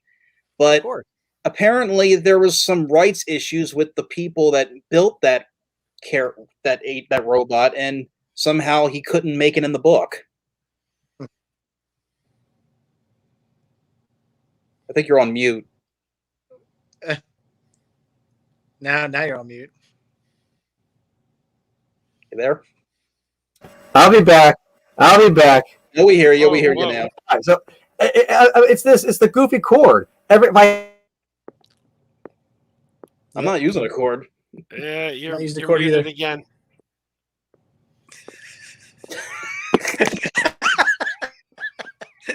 This is the most interesting part of the whole live stream. Oh man. I don't know if he can still hear me, but let's talk about him. I would like to tell you guys a funny story that happened when I was on the Muppets ABC set, if you don't mind. Please do. It's just a story that I love telling because it really shows how much the performers love to playfully mess with each other. And now it was the second day I was there, and outside of the set, they had like the catering where they go outside of the set and they have these big blue tents with these food trucks by them where they have the catering lunch breaks. And on this particular day, it was raining. I know, in LA, raining, right? Well, we lost Jesse. Sorry. Whoa. Chris, did you take him out of the stream? What happened? I was trying to make him big. I was going to give him the entire thing, and it all just... You don't have to do that. It's not all about... Tell us the story. Now, where was I? It was raining. You said it was raining.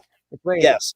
Yeah, on the second day, it was raining, and it was everybody's lunch break. So when they were about going out to lunch, it was raining outside. It's like they had these big blue tents with the food trucks for them, and this is the funny thing. It's like, and as again, I said, this is how these guys love to playfully mess with each other. So I'm wearing my black leather jacket. I open the door and I get ready to go outside. And as I'm about to walk fast to try to get out of the rain quick, I feel someone shove me out of his way.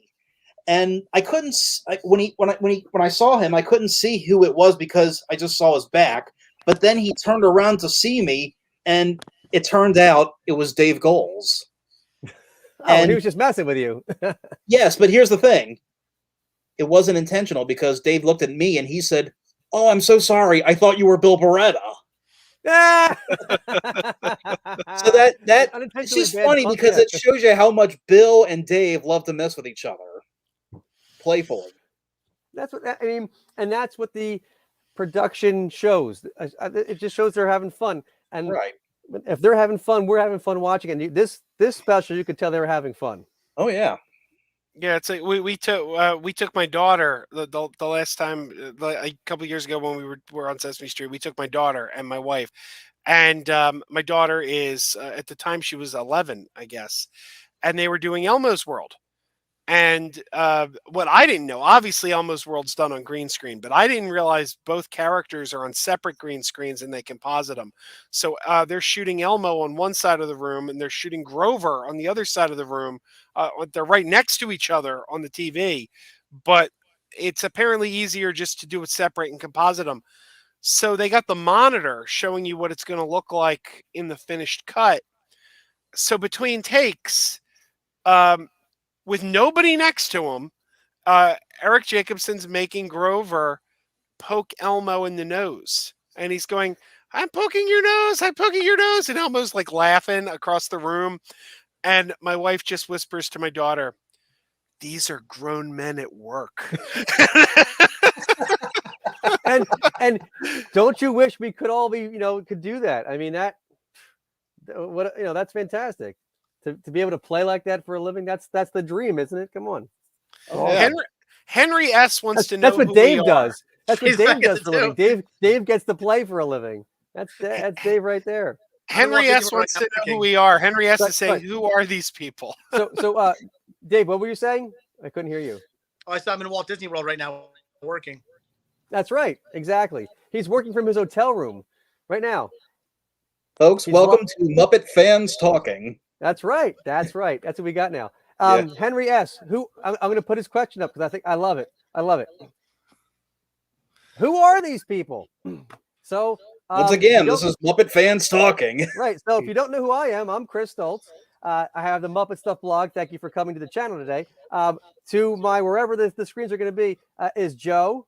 Introduce yourself, Joe. Hi, I'm Joe, host of the Mega Podtastic podcast and YouTube channel.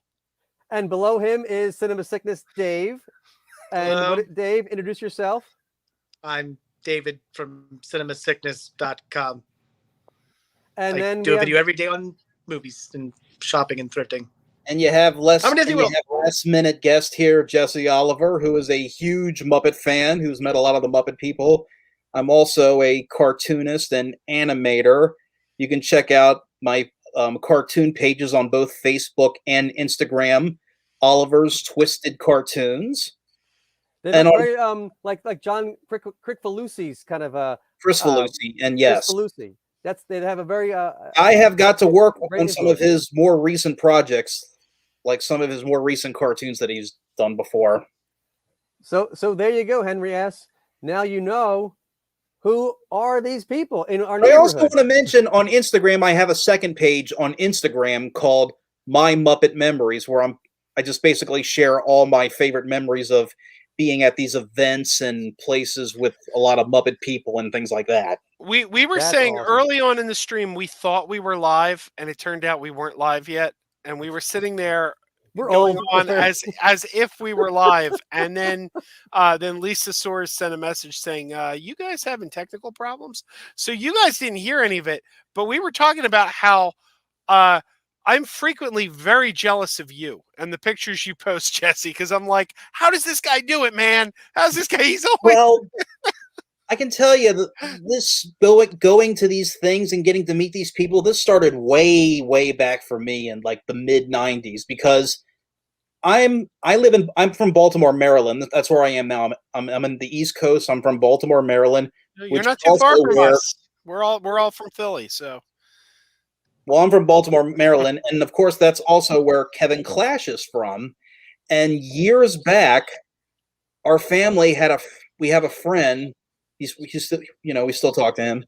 He apparently he actually knew Kevin Clash and used to do some music for a puppet show he did for some project. I don't know what it was exactly, but when he came over years ago, when I was a little kid, I was watching The Secrets of the Muppets, and he was at our house hanging out with my parents. And when they show the part where they widen the shot to see the puppeteers, and you see Jim, you see Jerry, Dave, Fran, Steve, and Kevin. He's looking at the TV and he says, "Hey, is that Kevin?" And he's like, "You mean you know him?" It's like, "Yeah, I knew Kevin Clash." And I'm like, "Are you kidding me?"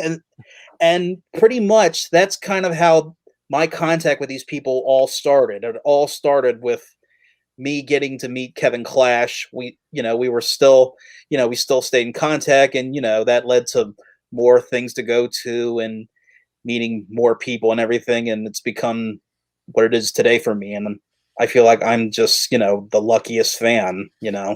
Oh yeah, I said I've been on the Sesame Street set twice. I feel like 4 times for me. See, that's the thing. And who gets to go there once? Not many people. I Being know. there twice, I feel like super, super lucky. And then I see you, and I'm like, man, this guy, he's everywhere. Jesse, they had the anniversary of the Henson Company. They did a special. They did 2 years. They haven't done it in a while because of COVID. But The one with Dave. So they did, the first year was Carol Spinney, and the second year was Dave. Is that correct? No, the first year was Dave. It was Dave. And the second was Carol. The second year was Carol Spinney. I was at the one with Dave. Right, you were the one with Dave, and I know that he gave you a major shout out to like the number one Muppet fan of all time. Yes, is here, Jesse Oliver. So I was like, geez, now I should have been there just so I could be like, I'm here too.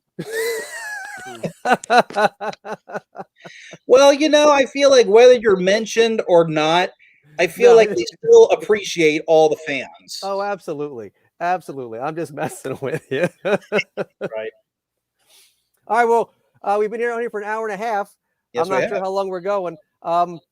Jesse, you want to say anything else about the special that you really liked? You want to see here, Jesse, I have a question for you. I have a serious question. Okay. Now that the Muppets have done their first Halloween special, yes, do you think they should do any other seasonal specials, or do you think they should do another Halloween special? What would you like to see the Muppets do next?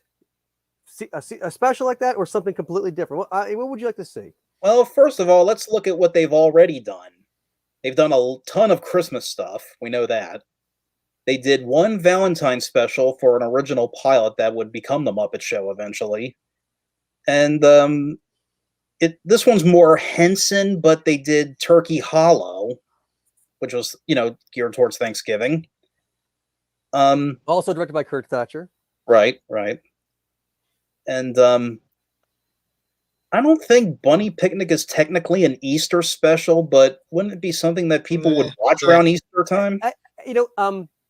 Technically they don't mention Easter in the special, but I believe they specifically made it for Easter. It feels like an Easter special. Yeah, like I think from the story I think I've heard, they were on a plane when they were in the backyard and they saw a bunch of bunnies, and they were like, "Oh, am I crazy?" But is there a VHS release of it with like an Easter sort of like border around it? Yes. Yeah, I thought so. Joe, if you're able to pull that up, Easter border. The Tale of the Bunny Picnic VHS. The second release, the original release has like a blue thing. The second release has like this border, and that's my thing. They have this special with a character that was very well loved for a number of years. Bean, that's where he got his start. And then they put him with the Muppet Gang since the Jim Henson Hour series. Right. Well, really, I guess after Muppet Vision, that was the last time. Well, we saw Bean a few times in Muppets from Space, so they just used it as a punching bag basically after that. Yeah, that's right. Yeah, but I mean, if you listen to the audio commentary that Brian gives on Muppet Christmas Carol, the DVD audio commentary, he mentions in there how the company just loves to hate Bean Bunny because they thought he was so cute and sappy you just couldn't stand him. Right. So they just used it as a punching bag. So they brought him back for Muppet Christmas Carol and then made him a little singing, street caroler. They're looking for money. He tried to sell chocolates in Muppets Tonight, but Sal just drop kicked him out the window. Right, exactly. They drop kick him. They throw him here. And they throw him there. So they just, they don't, and then we haven't seen him in much. I doubt we'll ever see him again. Maybe they recast him, but now that Steve's gone, I don't know. We have a Tale of the Bunny Picnic. Get it big so we can all see. It's that Control Plus thing again, Joe. Get it, and I'm gonna switch over so we can see it. Here comes the cover of the Tale of the Bunny Picnic VHS. Oh, it's flowers. It's not Can we get it a little bigger, Joe? What's that? Can we get it It does have bigger? a Can you first-time can you look, zoom in on it? I already did, but I'll keep zooming some more. Yeah, zoom in. See, the problem Keep is zooming. it's on a weird side of the screen here. So the more I zoom in, the While you're doing that, I'm just going to mention, as far as new holiday specials for the Muppets in the future, I don't know, maybe possibly more Halloween-based ones, or maybe even a Thanksgiving theme special with the Muppet Show gang, you know? I mean, they did that. They kind of had a Thanksgiving episode of the Muppet Show. That was the one with Arlo Guthrie, kind of a Thanksgiving You're theme. you're right. You're right. But I think that's right. I personally, this is what I was getting at earlier. I personally would like to see a Muppet special for every holiday. I want a Flag Day Muppet special. I want an Arbor Day Muppet special. I want like the Leif third. Erikson Day. How about Day? I want Taco Tuesday Muppet special. I want them all. how about it's a very merry Zoot Hanukkah? There you go. Right there, you go. Right. Would Zoot be the lead in that? Yeah. Yeah, man. Far out. Be great. I mean, I'll tell you what I would like to see. I would like to see now that this sort of sets the stage for Marvel Universe type Muppet specials. I think that, you know, the way the characters were using this sets it up to be like you can have side stories just featuring these characters with like the cameos of Kermit and Miss Piggy. You don't need Kermit and Miss Piggy to be the center of everything. I would like to see an Electric Mayhem rockumentary. That'd be cool. Okay. I think, you know, get Randall Ihorn, the guy that made the Muppets. There was the cinematographer with that like office style, and make a. They did that on Robot Chicken. On Robot Chicken, they did the behind the music. Behind the music, but I think if you did it for real, if you did like, you know, they're on the, you know, they're on a tour, and it's them, and you know they get a call from Kermit. They have to get to a special. They're doing the Muppets are doing a special. It's a whatever it is. We need you to be here in 3 days, and it's their road trip to get there, and it's like a behind the scenes of them getting to whatever show they're doing or whatever. And then that's how you can have the Muppets at the end to tie it all in or have them throughout. But you know, the Outside Lands concert they did in 2016 was incredible. Right, they actually had it all. You know, that was fantastic. So I'm just saying, I wish the songs they did in that concert they can put on an album, whether it's a physical CD or just a thing on like in iTunes or something. Absolutely, I think that is one of the weird misses that I hope it gets corrected soon. And I think the Muppets are on a different trajectory. Dave, you were there, and Joe were there. You guys were there at RetroCon a couple weeks ago. There was a lot more Muppet fans and people buying Muppet merchandise and looking for things than I was expecting. A buddy of mine also had a booth full that had some Muppet stuff. And he said, I mean, things were just moving. People were like saw it and were like freaking out because you don't see Muppet stuff that often at these conventions. I think the Muppet Show being on Disney Plus has had a bigger effect than we realize. I think it's in front of more eyes than it has been in a long time. Yeah. And it's so good. That's the thing. The other Muppet specials, they hit or miss here and there. The movies, you've seen a million times. The show is just so good, and there's a reason why it's timeless. Characters. It's timeless. And I was talking to somebody for a piece they're writing, and I mentioned this that, and you hit it right on the head, Joe. But it's not just that that's in front of so many audiences. It's that it's accessible because you don't have to look. You don't have to find it specifically, right? So for years, if you had a cable subscription and you clicked on TNT, okay, there was the Muppet Show. Nickelodeon, there was the Muppet Show. I remember it being on TNT when I was a young lad.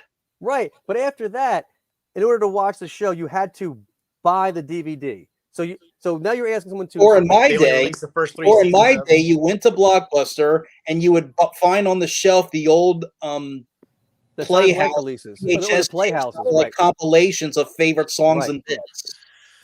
Right. So what I'm saying is you had to go specifically out there to find it. And my point is that if being on Disney Plus, it's just kind of there, and you already have all this other stuff, and someone looks through something. That's why I like the Muppet Collection, because it's like, oh, if you're watching the Muppet movie, it says you may like this now, or you may want to check this out, and it's like it's just there with your subscription already paid. You're not paying extra for it.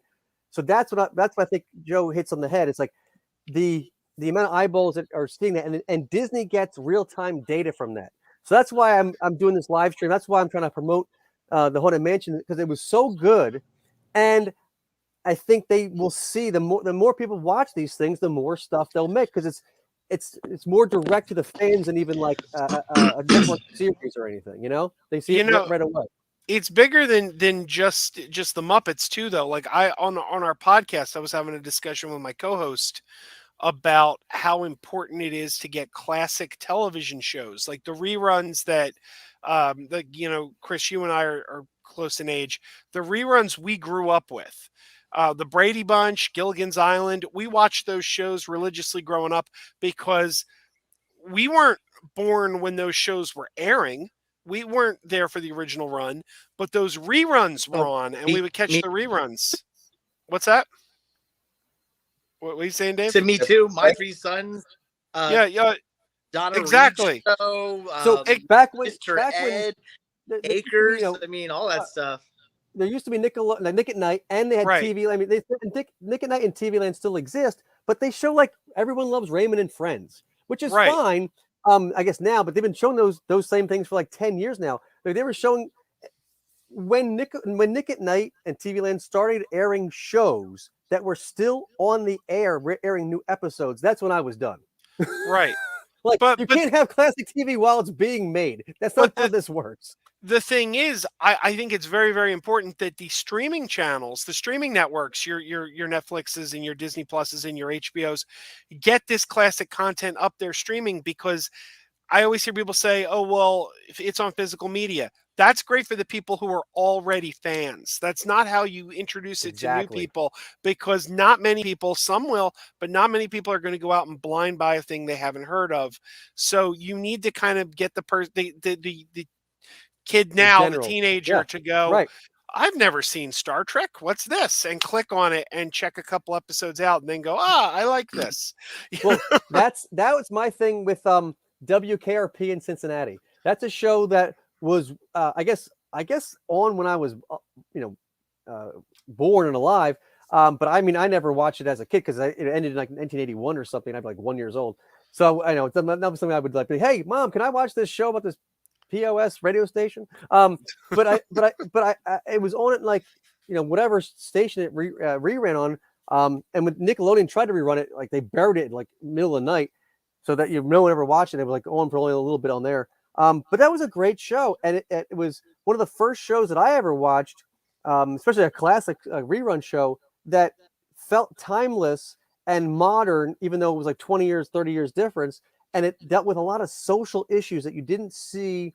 You had like All in the Family and Maude and a few of those, but you weren't expecting it to hit those kind of realistic tones for a sitcom, and it's such a great show, and like people that know it love it, but there's so many people that have no idea, like, because it's hardly ever shown. It's just bizarre.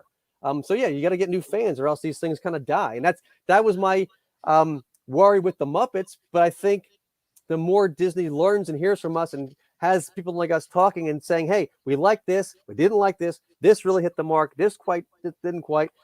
Then we get more things because they're hearing from us, and they know what the fans are looking for. I got a question for you guys. Do you remember or familiar with the old Flip Wilson show? Absolutely. Yeah. Mm-hmm. Okay, because apparently Time Life is releasing a DVD collection of the best of the Flip Wilson show, and according to what it's got, the material it's got, it has 2 episodes that have the Muppets appear on them. Yes, the Muppets, Big Bird and Susan. The first episode 1 that featured Big Bird and Oscar. Right, and that episode, if I'm not mistaken, aired before Sesame Street even aired, or like they shot that before it aired, and like it aired after, but they shot it before. I think it was after. It was 1970. Was that the one where 1970? Okay. Was that the appearance of Big Bird where it wasn't Carol Spinney, but it was Danny Seagren? Yes. No, that's the Ed Sullivan show.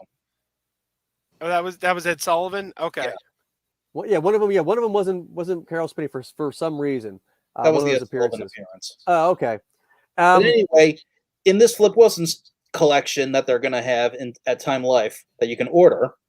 It's got the first episode of the Flip Wilson Show, which features Big Bird and Oscar the Grouch. The first time we see a green Oscar. That's right. That's what it was. It's something like that. I knew. Yes. Yeah, that's right. The green Oscar. Right. And the second episode that features the Muppets, it's the one with Kermit the Frog, and he tries to pretend that he's Flip Wilson that's been turned into a frog, and tries to get Diane Carroll or Cannon to kiss him. And it also has Flip Wilson putting eyes and putting face parts on these anything Muppets or whatnots, and then after that they sing the song "Consider Yourself."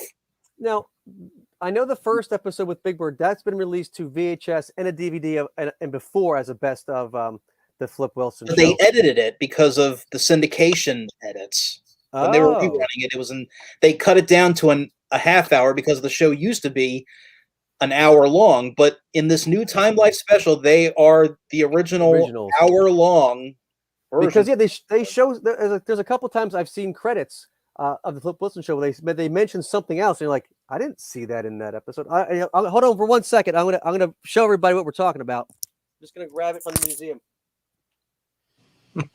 Should I talk about what other sketches were in that one episode that didn't make it in the edited versions? Or well, there's a sketch also where Flip Wilson and Dom DeLuise are hanging out in a bar and they're chatting with this drunk Muppet, and the puppet that was the drunk character, it was this humanoid-looking puppet that was used in the Herb Albert Tijuana Brass special that introduces the Muppets. I don't know if you remember. It was like a humanoid guy that says, "Ladies and gentlemen, it's now my pleasure to introduce to you the Muppets and their interpretation of the music of Herb Albert and the TBA. The MTV, the DMZ. Play it, Herb." I don't know if you remember that special, but that's the puppet they used as the drunk puppet with Flip and Dom. They also performed Java. This is the VHS. The same thing was released on DVD. I think I have the DVD. I think I have that on DVD. Best of the Flip Wilson Show, and then when you flip it over, yep, Big Bird, Bill Cosby, and I'm not sure who this is. But yeah, Big Bird. I'm not familiar with that one. Gina Lola Brigada. Huh. Gina Lola Brigada. If anybody, this was like her big appearance on the Flip. So whether you're a hardcore Muppet fan who wants to see some Muppets in an old variety show, or you love great comedy like Flip Wilson, get the new Time Life collection. The best of the Flip Wilson Show, Time Life. This is a paid advertisement, folks. Yeah. So that was September 17th, 1970. The Flip Wilson Show premiered. So that was episode 1, 9/17/70 with Big Bird. So anyway, whenever you get the chance, go to timelife.com and check out the Flip Wilson collection. You can find out the 2 episodes that has the Muppets on and other stuff that has, it's great comedy too. I would love to see a compilation of Time Life presents the Muppet Meeting films. Time Life has something just appearances. If they could get the rights to a bunch of talk show appearances and like just kind of put a compilation thing of that, like that, I think that would be really cool. I mean, obviously, my favorite compilation DVD that came out was in 2003 when the Ed Sullivan people brought out a DVD of the Muppets. That looked bootleg from Ed Sullivan. The cover of that is so bad. But it doesn't matter. The stuff in it. Oh no, I know. Don't judge a book by its cover. That's the point. That's what I'm trying to explain to people. Because when I saw it on the shelf, I wanted it. I didn't care how it looked. I'm like, oh my god, I'm getting this. Believe me, I got it, and it's fantastic. There's only like one skit missing for music rights issues or something. But it was like Music Hath Charms. Right, but actually, there's like 4 pieces that didn't make the cut of the DVD. It was Music Hath Charms, and there was a bit that was the last performance with Jimmy Dean and Rolf together, but that's on YouTube now on the Ed Sullivan YouTube channel. And then there's Kermit trying to sing the song "What Kind of Fool Am I" while he's playing the piano, but he keeps being interrupted by Grover. And then there's this hippie Muppet band that is lip syncing to the Beatles song "Come Together." And that's they don't sing it themselves. They're actually lip syncing to the record, the actual Beatles. Yeah, record. so they'll never release that. Music rights issues all around. That's a YouTube copyright strike any day of the week. Yeah. All right, it's 1:49. Jesse, we're gonna sign off. We're gonna say the rest of our goodbyes, and we'll 12:05 where I'm at. there you go. I know exactly. It's after midnight here. Sorry I came late. No, we didn't know you were coming, so we're glad you popped on. We're glad you talked with us. We look forward to doing this again. This is my first time we've ever done this on Muppet stuff. I hope give me an early heads up. Yeah, next time. Yeah, this was kind of an impromptu thing. Joe and I kind of talked about during the week. Like, we should get on and talk about Muppets Haunted Mansion. So and we really did a poor job planning it because weren't even clear on if it was going to be live or pre-recorded or. And we ended up talking about more than just Haunted Mansion. We were literally at 9:15, like, oh, I have to go set this thing up to do this thing. So it took us a little longer to get set up. We weren't live. It happens. But anyway, thanks, Jesse, for being here. We're going to talk about the special, chime in some more and ask some more questions, and we'll see you soon. All right. Great. All right. So that was Jesse. I wanted to just kind of come back to the three of us. We haven't heard from Dave in a while, so I wanted to ask Dave. I know. Well, I had a question for you guys. So you guys were saying about what possible like other holiday specials we could get. What I want to know is, do you think we'll get other like attraction specials, like Muppets Big Thunder Mountain or Muppets Pirates of the Caribbean? I mean, if this goes well, would you really put it past Disney to just that's like, well, we made Muppet Christmas Carol, so let's do another classic piece of literature. That's Muppet Treasure Island. It would have to be an attraction that really lends itself to a story, though. Like, you could do something with Space Mountain, maybe, because you got like a sci-fi story there. Muppets, but I don't know how many. I mean, I'd love to see Mr. Kermit's Wild Ride. Well, but that's based. That's not based on an attraction. That's based. Yeah.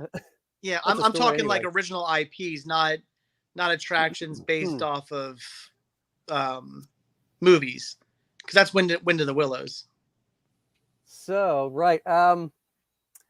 Well, the 2000 Leagues Under the Sea. I guess is that a ride from a movie? That's a movie. Okay. That's a movie. It's a small world. The Hall of Presidents. I'm trying to think of Pirates of the Caribbean, the Jungle Cruise. It's already been a movie. Muppets Main Street Emporium. Yeah, they could do Jungle Cruise. They could do Pirates of the Caribbean. They could do Big Thunder Mountain. They could do Space Mountain. Oh, Jesse! Here comes Jesse. Jesse for the win. Ready? I'm going to put it on the screen, and you're going to be like, of course. Yes, Pigs in Space Mountain. Space Mountain. I mean, that works. It's right there in the title. You don't got to do a whole lot. Absolutely. Duh. Pigs Thunder Mountain Railroad. Just make Pigs in Space a series. They could do. I mean, they could do it like Galaxy Quest. They could make a Pigs in Space special. I mean, that's what I'm saying. Like these Disney Plus specials, they could make them like the Marvel Cinematic Universe. You can make bits and pieces of things. You don't have to make this whole thing where everything has to tie together. But you can have certain characters just take the lead in certain specials. What was the Muppets Tonight version? It was Pigs in Space. Was it Deep Dish 9? Yes. Because there was Deep Space Nine back then, plus Next Generation. So it was actually Pigs in Space, Deep Dish 9, the next generation of pigs. Yes. Pigs. And they had a Bay of Pigs watch, and it was like David Hasselhoff was like the Link Hasselhoff character. That's where Pamela Henderson. Leslie Rudolph got her start. She was Pamela Anderson. Pamela. You don't see any big busted Muppets these days, for better or for worse, I guess. Hey, it's past midnight, so I'm going to hop off pretty soon. But I do want to say that since we're talking about pigs, I'm Team Denise. I like Denise better than Miss Piggy. Yeah, I said it. Wow, that is a bold statement. Bold statement. Dave doesn't know what or who Denise is. Nope. So when you get your Disney Plus working, your homework is to watch Muppets Haunted Mansion and then The Muppets, the ABC series of The Muppets, and you'll meet Denise, the pig that steals Kermit away from Miss Piggy. Oh, I okay. still remember when that show was about to premiere. They did a commercial where Kermit was talking to Ken Jeong, and they're having a conversation, and Denise rides by like in a golf cart, and Kermit just stops talking and goes, and watches the golf cart, and Ken Jeong just goes, "You really have a type, don't you?" It was so funny. He does say that in one of the episodes. Like, what can I say? I have a thing for pigs, right? Yeah. I really love the presentation special they did, because the jokes in there actually hit better, I think, than in some of the parts of the series. And and they use different Muppets too. Like Pops is in there. You never saw Pops in the actual show. Like it's like they just pulled Oh my puppets God. out. Like, yeah, let's just use this. Haunted Mansion, Pops and Sam. The Oh, Dave. draw. Oh, Dave, you're gonna love this. So I don't want to spoil this because Pops and Sam are the dueling characters from the paintings that come out as ghosts. Yeah. But there's no guns involved. There's a duel, and they come to a draw, but there are no guns involved. Okay. So we will leave that topic with that, because without spoiling anything, and then you're gonna be like, oh my God, and you're gonna laugh because it's good. All right, well, we've been over here for almost 2 hours. Thanks everybody for watching. Thanks Joe and Dave for being here. Be sure to check out the Mega Podtastic with the pajama wearing Joe. Be sure to watch. Hey, guess what? Guess what? What happened? I'm wearing. Whoa! I almost fell over. All right, I'm wearing Muppet pajamas. Keep wearing your Muppet pajamas. There you go. Is that a big bird on your pajamas? Or are you just happy to see us? Both. All right, this one PG-13 real quick at the end. Anyway, and be sure to watch Cinema Sickness. Then they're below currently live. Well, not live stream, but Walt blogging Disney World. from Walt Disney World. And As soon as this stream's done, he's going to go out to like Disney's Boardwalk and get himself a funnel cake or something. No, it's midnight. Everything's closed now. they closed it earlier because of COVID and all. Not if you make it rain. You're DVC. You tell them who you are. Yeah, That's what I'm that DVC. I'll tell them when they close. Yeah. that's what that Disney room service is for. They come in the middle of the night. Unfortunately, right Next now we I'm in a value you know what we resort, so want? we don't get crap here. Next, we want the Muppet Haunted Mansion Hotel. They have the new Star Wars There Galaxy you go. Hotel. We want the Muppet Haunted Mansion Hotel. I like it. There we go. I like it. All right. Well, thanks everybody for watching. Again, check out Mega Podtastic. Check out Cinema Sickness. And be sure to stick around for more Muppet stuff on the Muppet Stuff channel here. The blog. What else? Instagram, Twitter, the Muppet Stuff and More store. I don't have a spiel like Dave has, so I don't have it all down to a science. But be sure to watch everything, and hopefully you enjoyed watching us. And we'll see you soon. Good night. Bye.